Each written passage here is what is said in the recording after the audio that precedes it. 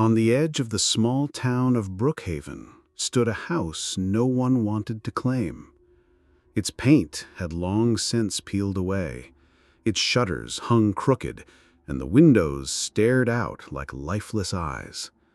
But it wasn't the broken wood or the rotting porch that made people cross the street when they walked past.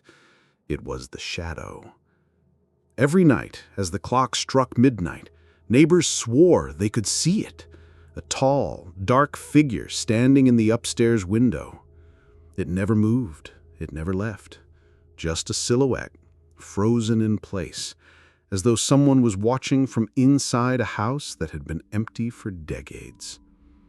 Children dared each other to run up to the porch, to press their faces to the glass.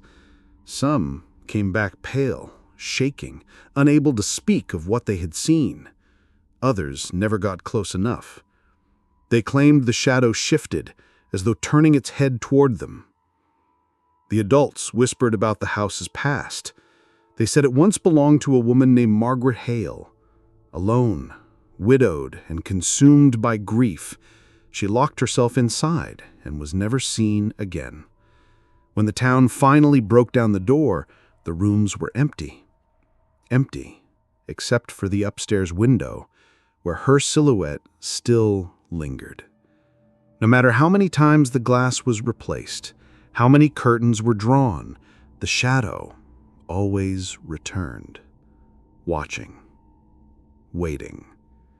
And so, the house was left to rot, a silent monument to the curse that clung to its walls. But legends have a way of luring the curious, and one day, someone always looks too closely. For most in Brookhaven, the house was something to avoid.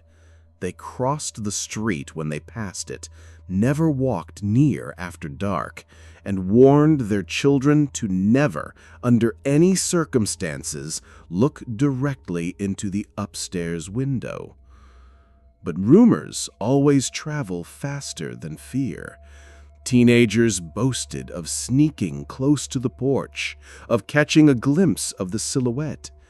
Yet those same teens never slept well again. Some woke screaming in the middle of the night, swearing they saw the same shadow standing in their own bedroom windows. Old Mrs. Langley, who had lived across the street for 50 years, told anyone who would listen, "It doesn't stay in the house. Once you see it, it follows you. It doesn't need doors, doesn't need walls. It only needs your eyes to meet it once." People laughed nervously at her words, but no one truly doubted them. Too many stories existed, too many people who had vanished after daring to get close. The police had come once, years ago, after a man insisted someone was squatting in the old Hale house.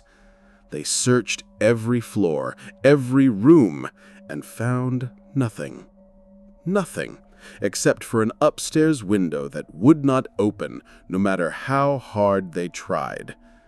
And from the street below, the shadow had been there, watching, even while they stood inside the empty room. After that night, no officer ever went back. The neighbors stayed quiet, kept their curtains drawn, and prayed that no outsider would be foolish enough to disturb the house again. But prayers can only hold for so long. For years, the house stood empty, decaying in silence. But one summer, a moving truck rumbled down Brookhaven's quiet street and parked right in front of it. The neighbors watched from behind curtains as a young family stepped out. Daniel and Claire Turner, and their 8-year-old daughter, Lily. Smiling, laughing, carrying boxes as though they had no idea what waited inside. They had bought the house cheap, too cheap. To them, it was a fixer-upper, a chance to start fresh away from the chaos of the city. To the neighbors, it was a death sentence. Mrs. Langley crossed the street that afternoon, clutching her shawl. She warned them gently, her voice trembling. "You shouldn't stay here. At night, don't look at the upstairs window. Please, for your own sake." Daniel only laughed politely. "We don't believe in ghost stories, ma'am. A little creak and draft won't scare us away." Claire smiled too, though her eyes darted uneasily toward the looming second floor. That first night, the Turners unpacked in the flickering glow of a single lamp. The house smelled of dust and damp wood, but it was theirs now. As Lily played by the staircase, she paused suddenly, tilting her head. "Daddy, who's that in the window?" Daniel froze. He turned to look. But when he glanced toward the glass, the upstairs was dark and empty. Or so he thought, because outside, across the street, Mrs. Langley watched from her own window. Her face paled, her lips trembling as she whispered to herself, "It's already there." The first few nights were quiet, too quiet. The Turners chalked up the groans of the floorboards and the faint drafts to the age of the house, but small things began to happen, things they couldn't explain. At night, doors they had shut creaked open on their own. Claire often woke to the sound of footsteps in the hallway, slow and deliberate, though Daniel swore no one was there.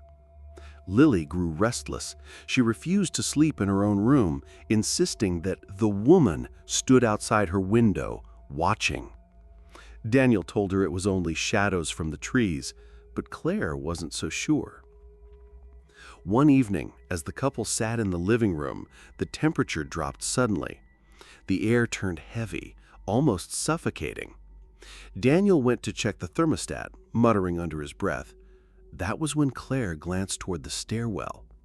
At the top of the stairs, silhouetted by the faint moonlight seeping through the window, a figure stood. Still, silent, watching. Her breath caught in her throat. She blinked, and it was gone. When she told Daniel, he shook his head. "Stress, Claire, it's just stress. We've been moving, adjusting. It's natural." But that night, as he tucked Lily into bed, he glanced at her curtains. And there, in the faint reflection of the glass, he saw it too. A shadow, taller than any person should be, standing just behind him. When he spun around, the room was empty, yet the air carried the faintest whisper, "I see you." Daniel couldn't ignore it anymore. Something was wrong with the house. The shadow wasn't just a trick of the light, and it wasn't just in their heads. Determined to understand, he went to the town's small library, digging through old newspapers and public records. What he found chilled him to the bone. The house had once belonged to Margaret Hale, a widow who lived alone after her husband died at sea.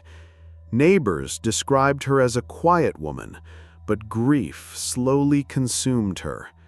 She was last seen in the upstairs window, staring out night after night, until one evening the crying began. For weeks, the town heard her sobs echoing from the house. Then, silence.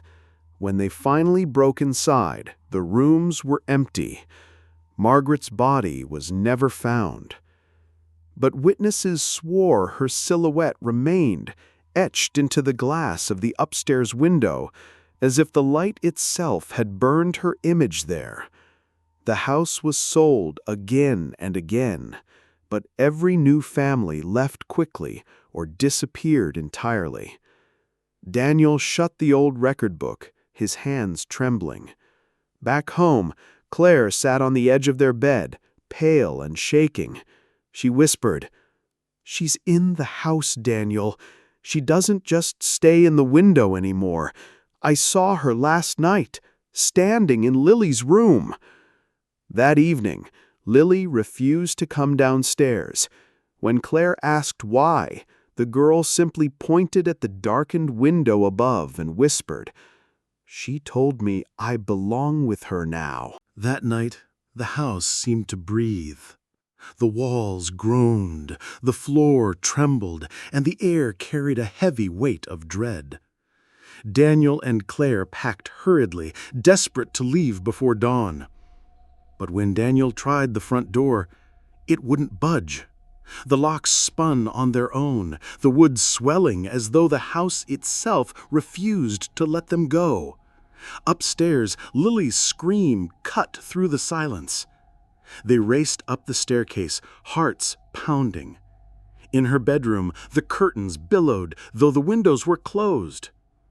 Lily stood at the glass, her small hand pressed against it, her eyes wide and empty.